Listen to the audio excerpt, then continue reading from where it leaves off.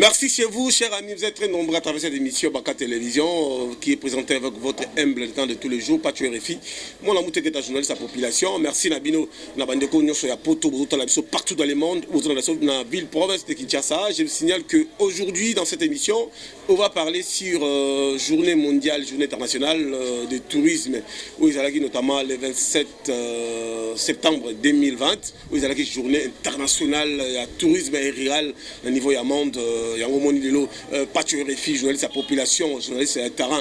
On a beaucoup de félicitations à notre partenaire et son excellence, le premier de la classe, excellence Yves Bokoul Zola, le premier de la classe, au quand même Pelelo, Aza ministre à terrain, on s'appelle la vision de la République, on s'appelle la vision chef de l'État, Félix Antoine Tshisekedi Tshilombo Kwantombolo, Wakaninda, le chef de l'État, au quand même Pelelo.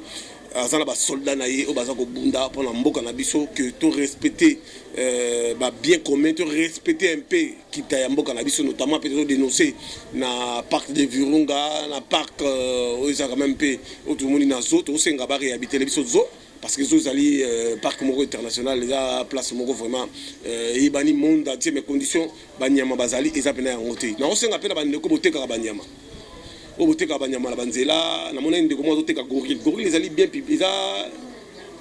eza niama o eza pour la république ba roteka ngouti ba gorille wana ba girafe ba roteka ngouti neti ba nyama msuto mona ba secte msusu ba roteka ngouti wala na bien pena ya moko na biso Congo RDC na osenga na bandeko au bazolanda biso partout dans le monde boy ba été kino ministre na biso le premier de la classe ba ministre tout ya Congo ministre na biso Zola Bokoul Yves azo ko tambola ndenge na osala émission baza belebe na est na biso ya Congo azo kende pena ko tala condition ya environnement ya mboka et ça ko tambola po bon niveau ya est parce que na est na biso il y a trop les éleveurs ba mama ka 4h du matin qui na champ qui na bilanga tout ça pour aller sa famille ba msuma ki ba éleveurs ba ngombe tous ces belles conditions ba ngombe condition ba parc na biso et ça ndenge nini parce que azo ko tambola pe aza ko tala ndenge musala eza ko sala matolanda à travers cette émission Banka Télévision les images de son excellence le premier de la classe Yves Bokoul Zola à travers cette émission de Banka Télévision. Regardons comme si vous y étiez les images de son excellence le premier de la classe Yves Bokoul. Regardons.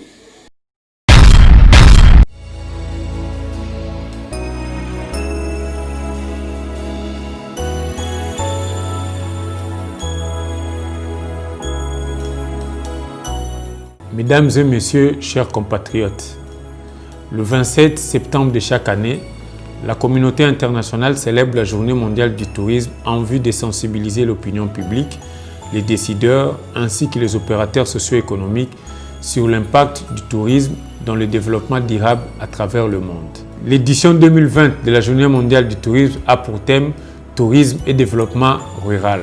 Il s'agit ici de prendre en compte l'importance du développement rural dans les politiques publiques à travers le monde et ses interactions avec le mouvement de population, le développement des infrastructures, les activités des zones urbaines et rurales. C'est dire que le tourisme est bien placé pour apporter une contribution significative à la création de débouchés tout le long de la chaîne de valeur économique et sociale en dehors des milieux urbains, particulièrement en milieu rural. Mesdames et messieurs, chers compatriotes, la commémoration de la Journée mondiale du tourisme 2020 se déroule dans des conditions particulières suite à la crise sanitaire mondiale causée par la pandémie à Covid-19. Ainsi, nous en appelons à la conscience de tous dans le cadre de la relance de nos activités dans le respect des mesures et gestes barrières. En effet, il importe de signaler en passant que le secteur du tourisme, qui est parmi les secteurs les plus frappés, de plein fouet par les conséquences dues à cette pandémie,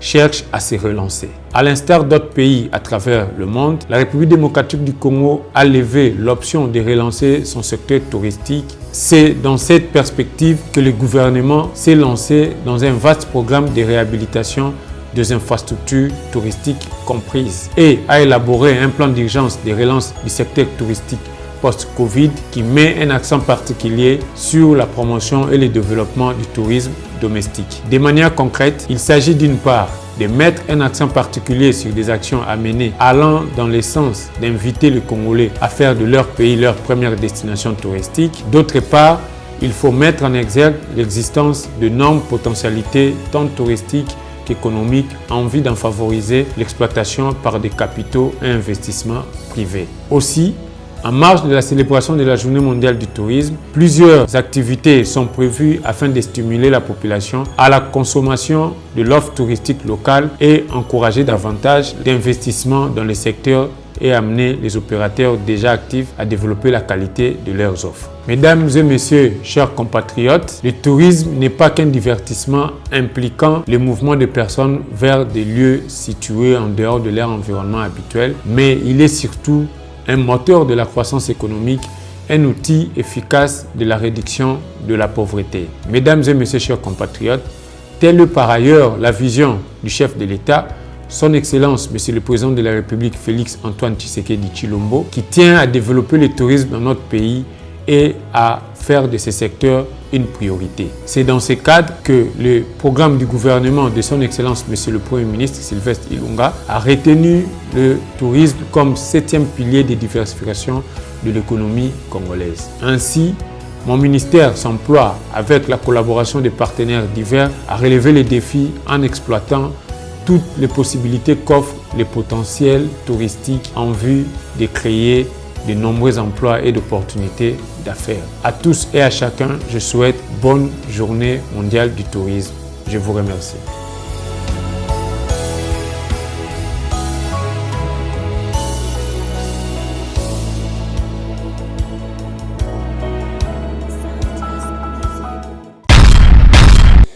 Alors, merci beaucoup na Walter, le directeur Walter Azola Nabiso, merci na Trésor Kanumbi, Yepe Azola Nabiso, merci beaucoup na chef d'Antamboui, maman sociale Azota Nabiso en direct na Autriche, merci na Keita Kalombo, Congolais au Sali, bombe atomique, appelé na Combo ya Fachi Béton. Alors, je vous signale que le chef de l'État, Félix Antoine Tshisekedi Tshilombo Ntombolo, a bel et bien à Bruxelles, a un voyage à 3 jours, voyage privé, avec beaucoup de discipline, avec beaucoup de considération, la communauté internationale. Si l'instruction du chef de l'État américain, Donald Trump, n'est à Salagi qui est mon conseiller, à Kenemano Mbango, pour Solola, Makambo Italie, Mboka Nabiso. Alors, Bandeko Bazola Nabiso, partout dans le monde, oui, bah, été mon Mboka, Pacho RFI, journaliste à la population, Azaroula Late, Azaro Tambola, de partout.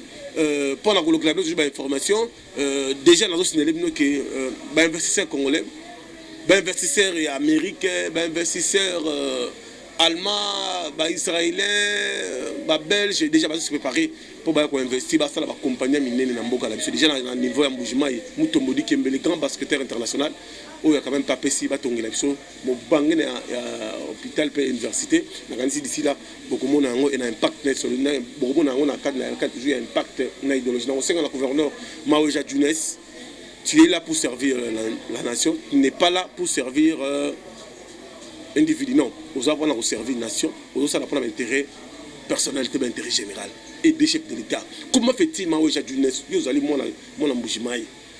Aérodrome et embouchement, ils ont salité. Maman titre partout. Place pour la société qui se dit Wambulumba. À ça, la discours en embouchement. Place le chef de l'État, ça qui discours dans la campagne. Ma titre, bouti partout. Et tout ça, la bienté. Vous voyez que vous allez natif embouchement. Vous avez vrai gif. Bon, c'est l'embouchement. Tu laisses l'éclairage public. Embouchement, vous avez la gâté.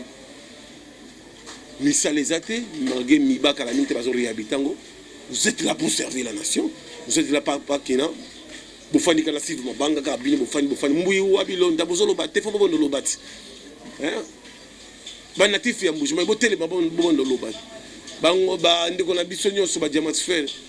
vous faites des choses, vous faites des choses, vous faites des câbles de luxe, vous faites des choses, les camoule interbullosés, vous faites des choses, parce que il faut avancer.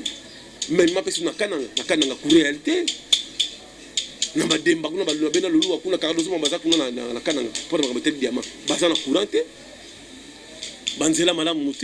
n'y a pas les investisseurs là-bas, mais il y a Kala. Maman a dit qu'il y a visa. Il y a Belgique, il y a France. Mais les gens qui ont la Kananga, Malanga, Mouchinga, et Koufa. Et tout ça la passe. Tout ça la Bandre Lubaya, tout ça la Batte Pelé. Vous en avez bon. le président du Grand Kassai, Denis Kambaye. Motala Makamasa Kananga, Motala Makamasa Kassai, Kassai, Zongisim. Tala Manier Manenge, papa n'a le premier ministre sortant. Nenga Tonga Université. Mais est-ce que dans Boujima, ils ont une université? Est-ce que Kananga a investi en Dengoala? Ils étaient. Donc, il y a personne qui Kengia. Kengia, ministre sanitaire, ministre député. À part André Gembouta Tonga, mon hôtel, Kengia a la mort qui qui coûte Kolobate, à part Mozita Tonga hôtel, ils ont la mort qui à part famille Takizala, hôtel Kwilu, au Namona, la Lakuna. Na Gungu Kolobate, courir à la Kate, na Gungu, Namboka Mozito, courir à la Kate. Il n'y a pas des universités là-bas, l'université Zate, il n'y a pas de route, il n'y a pas d'investisseurs Zate, il doit souffrir. Na Guadolite Kolobate, Namboka Maréchal, Bralime Koufa. Hôtel Nzekele Koufa, il y a 50 francs congolais. Pas si ça qu'on a au Sangaté. Aéroport, il y a Guadolite courir à la raté. La Kisangani même. À part le machine déjà civilisé. À part le machine. Le gouverneur compétent, le numéro 1 de tous les gouverneurs. Richard Mouyej, Manguez. Moi je confirme, Richard Mouyej. Manguez. Travaille mieux Richard Mouyej. C'est le gouverneur, le seul gouverneur. Oh, il a sali l'homme du terrain. Il travaille pour la République. Non, il ne travaille pas. Le compte personnel, il travaille dans l'intérêt général. Bande comme ça, la mission de Tonga Lelo, nous avons des missions à partir de sa population, l'aide du chef de l'État. Remaniement Zoya Kalamingite, remaniement Zoya Kalamingite. Ngai na hotala ba ministre bazana souci à mon conseil école ba ministre bazana souci à population.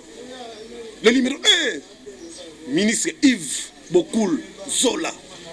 Numéro 2 Sylvain son excellence Maître Sylvain Mutombo, l'homme du terrain. Excellence, travaille bien.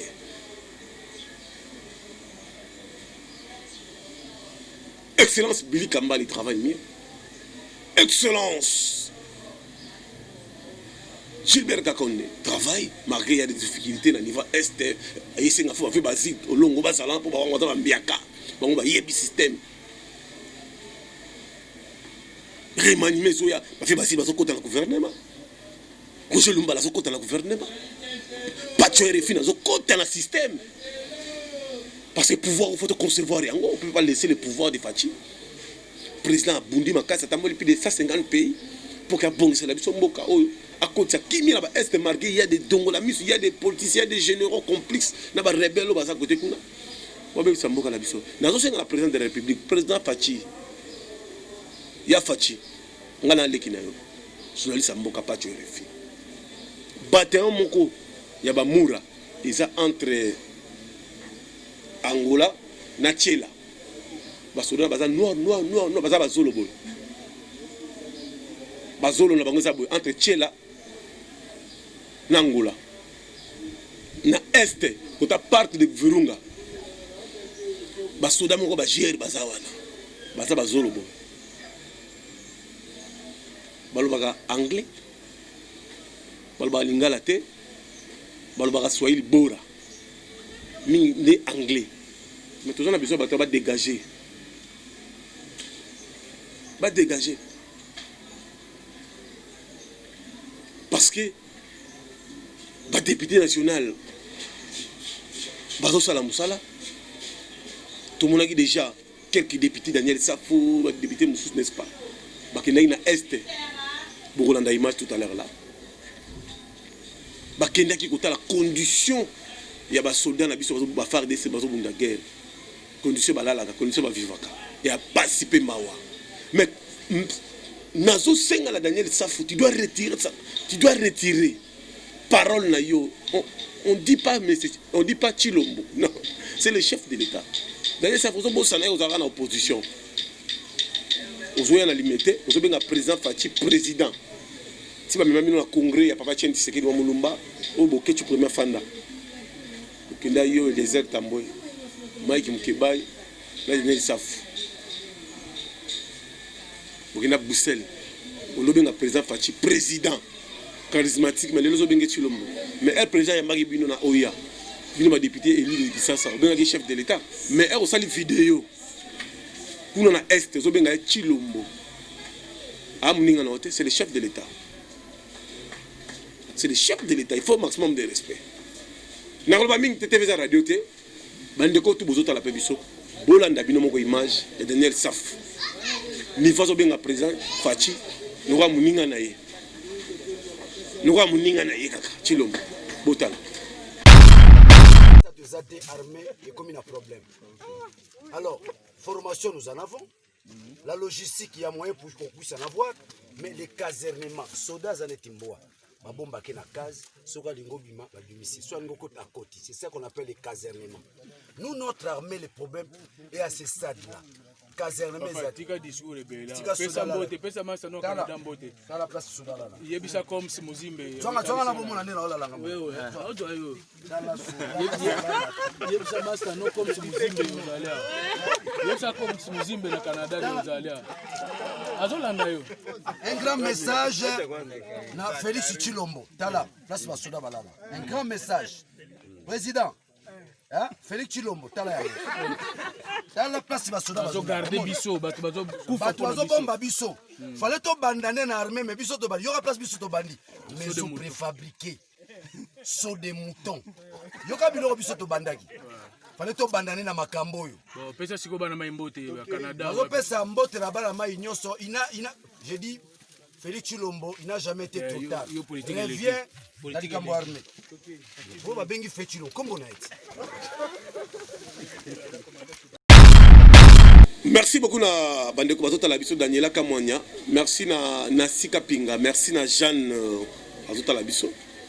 Merci na Linda Movao, merci na Topé, merci na Michel Moulumba, merci na Cobra Sakara Bakalufo ba rapprocher chef de l'état bazota na biso. Merci na Wadeni Moulamba le PDG bazota na biso. Merci na Yannick Pirens. Et merci na bandeko nyoso bazota la biso maman Cathy assistant ya maman Denise, la première dame na ONG plus forte ils ont ça là. Ils sont au monde. Bolandi bino moko ba image, il y a comment Daniel Safo se comporte devant le chef de l'État. Je demande à Ali rapidement c'est la pardon parce que arrêtez même parole là parce que le chef de l'État a Ali Kolo. C'est le maïssa suprême. Après Nzambe na Congo ezaïe. Faut te penser que ba honneur na ye, te penser que ba respect na ye, vous avez le moko. Ya malam merci na PDG Alita Chamala Kalala. Azota la pébiso Cardozo Mwamba Wankena l'homme aux éblés Souri Cardozo Azota la pébiso Pacho Refi donc journaliste populaire journaliste Mbanga plus Mbanga Tegala Mbanga où la vérité que les sango n'est-ce pas tout ça dans est dans est tout à l'heure conditionné ma maison les capuna tout à la psycho nano binomo bo vivre bateau bazara ba eli bateau ba dirigé pendant 18 ans au binomo senga ke bazonga en 2023 na machine ba ozonga bota la condition ni batiki la biso Congo na biso batiki la biso est na biso bota la Mumpe Sango a déclaré ya Bukavu Ningalobi regarde. Excellence, nous venons de suivre votre réaction par rapport à la situation de la route et nous venons de retenir ce que vous demandez à la population de se prendre en charge et d'appeler cette place P100 pour dire programme de 100 jours. Et vous avez dit que vous ne faites pas l'élu de ceux qui ont géré le pays pendant 18 ans. Et maintenant qu'ils sont au pouvoir avec ceux qui ont gagné les élections, qu'est-ce que vous pouvez leur proposer par rapport à cette situation? Proposer, je ne sais pas, mais je voudrais dire que au lieu de passer le temps à se quereller pour le pouvoir, qu'ils se mettent à travailler pour le peuple.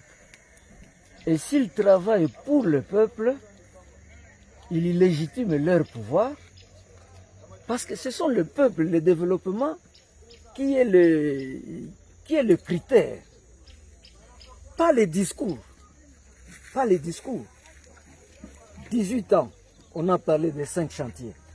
Allez voir. On a parlé de la révolution de la modernité. Allez voir. Ceux qui arrivent et nous disent le peuple d'abord. Allez voir. Allez voir. Alors, au lieu de se quereller, qu'ils se mettent à travailler. Et le peuple verra. Et le peuple arbitrera.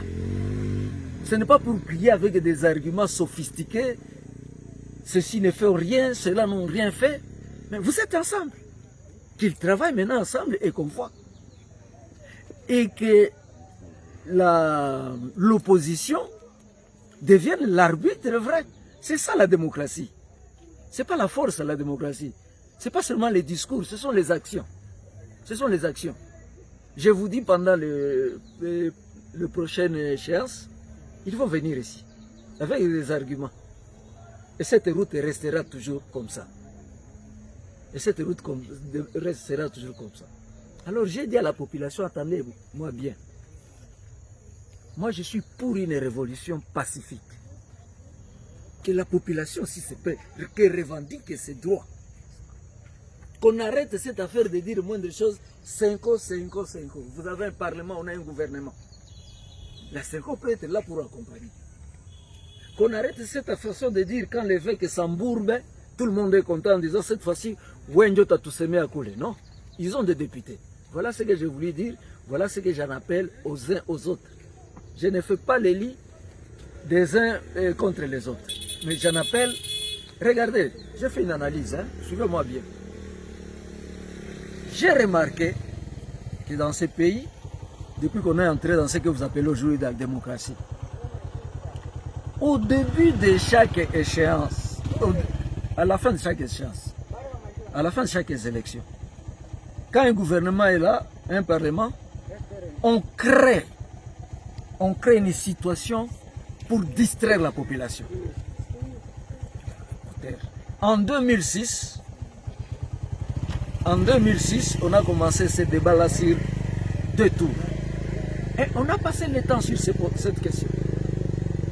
Le gouvernement, au lieu de travailler, on crée une situation pour endormir, pour distraire les gens, une situation par rapport au pouvoir. Pas par rapport au développement, pas par rapport aux projets concrets.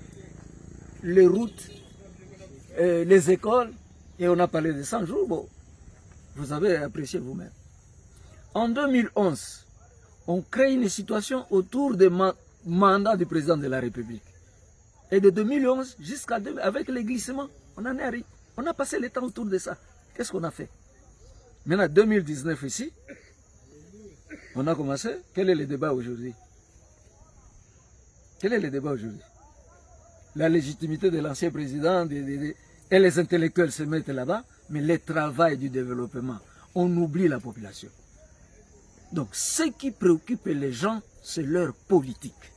Ce n'est pas du tout le peuple. Alors, nous leur demandons de s'occuper du peuple et le peuple leur donnera le pouvoir. Voilà. Deuxième question, Excellence. À l'occasion de votre premier passage sur cette route nationale numéro 2, vous vous êtes rendu compte de la même situation et vous avez écrit un livre intitulé « Au pays de l'or et du sang ». Et à nos questions, vous avez répondu, si vous pouviez encore réécrire le livre, vous ajouterez un autre élément, au pays de l'or, du sang et des larmes. Qu'est-ce que vous voulez dire par là? Ah mon Dieu, d'abord libre à toi d'appeler cette route nationale. Libre à toi d'appeler que ça c'est une route nationale. Je te le concède. Au pays de l'or, du sang, des larmes. D'abord je constate que les gens ne lisent pas. On n'a jamais lu ça. Et ça ne sert à rien d'ajouter des pages. Mais ce dernier voyage m'inspire plutôt au pays des cris et des larmes. Larmes de la population.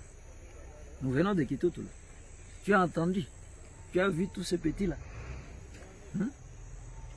Ceux qui portent de l'eau dans des gourdes, dans un pays où il y a des rivières. Une simple technique de pompage d'eau. Une simple, c'est pas une technique qui coûte cher. Avec $1000, tu peux fournir de l'eau dans tous ces villages parce que nous avons des rivières à côté. Il suffit de les pomper. Le pleur de la population. Les cris des responsables. Des hommes responsables. 7 ans je suis ici, moi. Tout le monde me dit, tu es arrivé si tu étais calme, tu commences à crier, à crier. Cette situation ne peut que révolter les gens. Donc quand je dis pays de larmes, pays de cris, et pardon, de larmes et de cris, larmes du peuple qui souffre, cris des hommes qui ont la conscience. Et là je m'adresse aux parlementaires. kazi ya parlementaire c'est kwenda kuparlementer, kwenda kusemer à batu. On doit terminer avec cette histoire de venir voler, j'appelle ça voler les voix de la population, et on va se cacher à Bukavu à Kinshasa sans rien faire. Et quand on descend là, pendant les prochaines élections, le peu qu'on a gagné, on vient distribuer les bonbons, les ceci et cela. Ça doit finir ça. Et c'est comme ça que j'en appelle aussi à la population. Qu'elle ne s'arrête pas seulement à pleurer, qu'elle réagisse. Qu'elle réagisse. Vous avez vu ce qui s'est passé au Mali? Je n'appelle pas à la guerre. Hein. Moi, je suis pour une révolution pacifique. Vous voyez ce qui se passe en Algérie? Au Liban aujourd'hui? Qu'on arrête cette affaire de s'abattre sur les gens. Je ne veux pas dire à qui vous ne devez rien. Nous, comme évêques, nous devons beaucoup à la population défendre leur cause par la prédication de l'évangile. Et quand nous parlons, ces gens-là nous renvoient à l'évangile comme si l'évangile disait « taisez-vous, souffrez ». Non, l'évangile ne nous a pas dit ça. L'évangile nous appelle à la charité qui en termes sociaux s'appelle développement, travail. C'est ça. Merci beaucoup, Excellence. Et j'ajouterai un élément pour les intellectuels. Que les intellectuels quittent cette logique de la corruption. C'est honteux les intellectuels congolais. C'est des sophistes. Tu connais un sophiste? Un sophiste, c'est lui qui peut te dire, tes souliers là sont un chapeau. Et tu enlèves tes souliers, tu les mets dans le chapeau. Quand tu te mets à défendre des causes indéfendables pour l'argent, pour le pouvoir. Et ça, c'est honteux. Qu'on s'appelle professeur d'université et qu'on fasse des choses comme ça. Je vais dire, je vous remercie et laissez-moi tranquille. Merci beaucoup. Merci beaucoup Nabandeko sur votre la émission. Merci Nabino Bozaï Belé, Bozolanda émission Malem Malem et Sir Momon qui pas de refuge dans sa population dans sa la terre dans sa salle ça me conduit Kolo pour Congo la biso et qui est toujours petit toko. Puis nous avons signalé bino que mon conduit Kolo a préparé mon bangé na discours populaire, meeting populaire na population d'ici décembre à Koloba à s'adresser na population na Lingala pour y bisa bango ndenge nini coalition za ko kende ndenge nini comité international des UBA décision n'engeni mboka na biso ko avancer na 2021 parce que en 2021 on a la présidence de l'Union africaine. Donc c'est un qui concevoir pouvoir battre beli battre ba chômeur ba so misala ba conseiller pour travailler na mon conseil école pour la présidence battre pe asika ba kota na communication battre pe asika ba kota ba conseiller pour ba avancer mboka et qui ne peut liboso et kozala eloko moko ya malamu parce que bilan o bande ko travailler pe na mon conseil école sur 10 besoin na 4 parce que président Tamboli partout dans le monde, c'est terrain tout le monde a la visibilité chef de l'État communication à zéro. Ma conseiller, vous avez un rapport à l'intérêt personnel. Surtout dans mes côtés, sa caméra nanga awa toqué même sur la ville, beaucoup d'abord la hôtel du fleuve, beaucoup d'abord la GB, beaucoup d'abord la Royal, beaucoup d'abord la restaurant toi qui toque comme ça qu'on lui basa comme là. Basa ko tambola la présidence partout basa ba carburant fêlé, peuple congolais basa ko le lanzala, bato basa ko bunda, basa se retrouver te basa futa maté, basa na nzala, basa na pasi. Et ça, la image, il faut que bon ça parce que mon conseiller est déterminé à travailler dans le bateau. Basé sur souci à bon là. Implice, il y a implice na pouvoir na yé. Il y a implice na peuple congolais. Il y a plus d'informations sérieux et sûr au lieu que travailler dans le bateau. Basé sur ça, le rapport à l'intérêt personnel. Sur le foutu dans la zone na poto. Bengi ba cousin na ba bande comment aussi dans le téléphone bon on va salaire mais bateau ba bundilit il se retrouve toujours dans nzala na pasi ils ont ça la image moko ya mabe. Merci na général Nevi, merci na général mon abouté Auguste Kabouya, merci na Ken assistant ya Auguste Kabouya combattant Ken en biso, merci na général Jamar Kaboun na landi vidéo moko bande na biso bazana à niveau ya Kasumbalé ça au sein de discours à IDPS. Ce qui réagit à partir et nommé Batou. Tu n'as pas le droit, il y a que passo là, il y a que Tumba, c'est une infraction grave. Tu as un état de droit. Vous avez un tombé le canard, vous avez un droit, il y a que Tumba, il réagit à partir et nommé. Vous avez un appel au Bundisa. Le ministre de l'État, il a un Moussala, maman Kassia, la Mouka pour l'ali Mikolo, la Mouka Makassi, maman Kassia, la Mouka pour l'ali. Sartala maman Denise. Maman Denise azola la terre azobunda azoluka ba partenaire. Tala maman Denise azoluka ba partenaire mais bino bufandi kaka. Tout ça ça république, tout ça ça mboka. to aider mon conseil Congo est à l'émergence et que vous allez le comme malam to ko la réussite toute la activité à maman Denise bota la binoma ko on est plus forte les maman zo kita na place autour eux en assez regardons comme si vous êtes.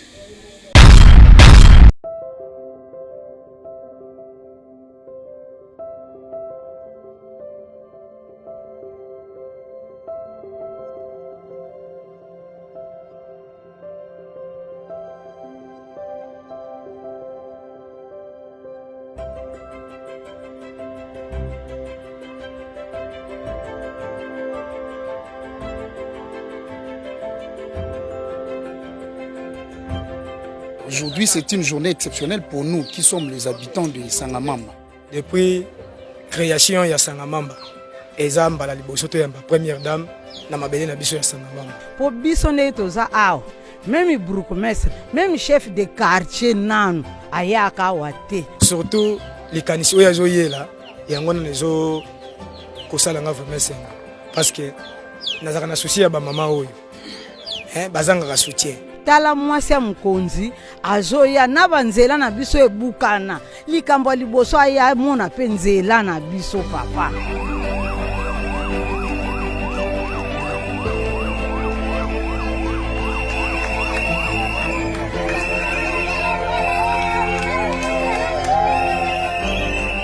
Nasepeli mingi boyambinga malamu. Merci mingi.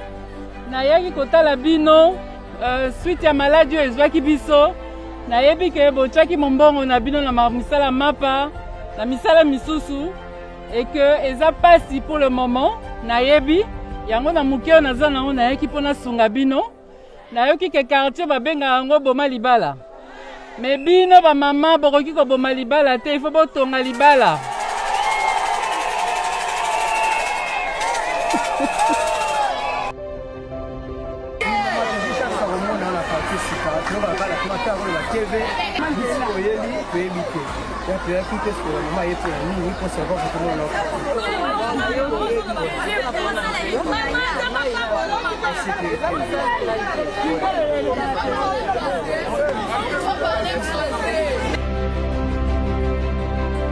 Toye kosunga bino na mwa mapa tokopesa mwa bagel boyeba kosalela yango ntango bozosalela client mapa bosimbaka sachet boyeba kosukola maboko soki mai ezali te boutilize bagel oyo tokopesa bino.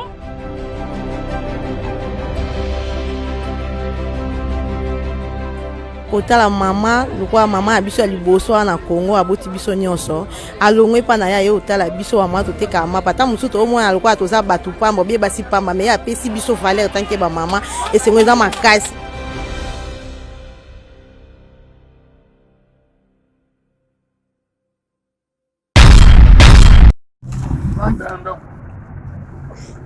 Mama la moni o sala musala musala na Kishasa balobaka ezaka ya bana mibali mais yo na moni penza oyebi penza musala na yo courage aussi basi mususu bakozwa ngo le basala kindumba basala ta musala oyo olobela bango nini mama balobi musala mibali ezala te nyonso eza musala ombongo balobi mbongo ezala na couleur nde nasala tirage elakisa te ke ombongo oyo ya couleur ya tirage ombongo ya couleur ya musala buzoba eza te na Kinshasa apart kindumba nde ya musala buzoba po osali kindumba na suka nango oseretule na sida okosati te biso nde tosala boye naza mama bana 6 naolesa bana boti oyo mwana 7 nazolesa bana na tirage naolesa bana na tirage.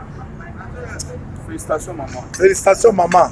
Omoni yo ngana obanda bisapatu na ngai yo ndo muto obanda sala ngo. Merci papa. Omoni ngo sala boy.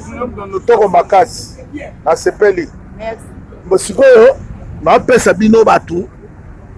Olingi ko sala te olingi ko senga kaka na nzela.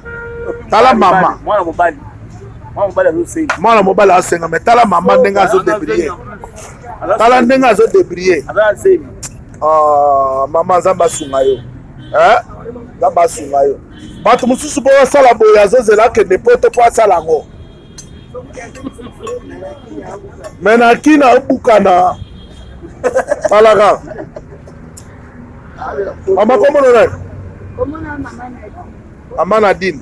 Vous appelez la téléphone? Le téléphone me dit problème. Il faut bon sa téléphone pour appeler sa batou. Baba no benga yo. Aza musala sapato, musala ta 10 sapato, 20 sapato. Au salaire on ndako na yo. Ndako na ye. Téléphone on a okena ndako na bengi yo. Na bengi yo. Yo bongisanga na zo sala nde bato babenga nde yo. Pesa numéro no oyo ko salisa ya bien ya kalawana. Yo pesa ngaya yo sima tena ndako na bengi na bi papa ngam kasiraki na yo kala bisa yo nga nazosala mpo na ngai te nga nazosala mpo na bato babenga yo nazosala ke ndenge ovandi wana na ndako omoni moto abengi yo tolandaki filme na yo bapesi nimero na yo ya kobongisela nga basapato na nga na ndako okei na ndako wana soki okomi na ndako babimiselo basapato nyonso ya ndako obongisi nde eloko nazoluka voilà 82 oui 33 oui 367 Mandela 081 82 52 367 kitoko mare nalobi boye bolandi nimero ya mama wana ozala basapato na ebele na ndako benga ye osalisa ye asivre ocomprendre asivre nzambe aza ya biso nyonso asalela biso tala ndenge mama azoluka mama kitoko makasi nzambe apambola yo. Merci beaucoup Namandeko tout Bolandi Banca Télévision, Bolandi mon amboka journaliste à population Patriot RFI. Merci na éveil patriotique qui a Pascal avec Pascal Mukuna ou azola la tazo bunda pour amboka na biso Congo. Nzambe ya pambola yo pe merci beaucoup na troisième nationaliste Roger Lumbala Wachitenge. Merci na les grands patriotes Joe Mindongala. Merci na les grands patriotes, les grands cas Venepso Franck Diongo, en tout cas, parce que vous allez nous appeler la partie nayo, nous sommes là pour nous salama, Patriot RFI, soldat du peuple, élu de Dieu, combattant à Tango, ou à Bundaka, pour qu'un jour, tout ça la battu dans l'avenir. Merci à vous, restez branchés dans la chaîne Nabino, Banca Télévision, et restez branchés dans la chaîne de la population, RL Télévision. Merci beaucoup et à très bientôt.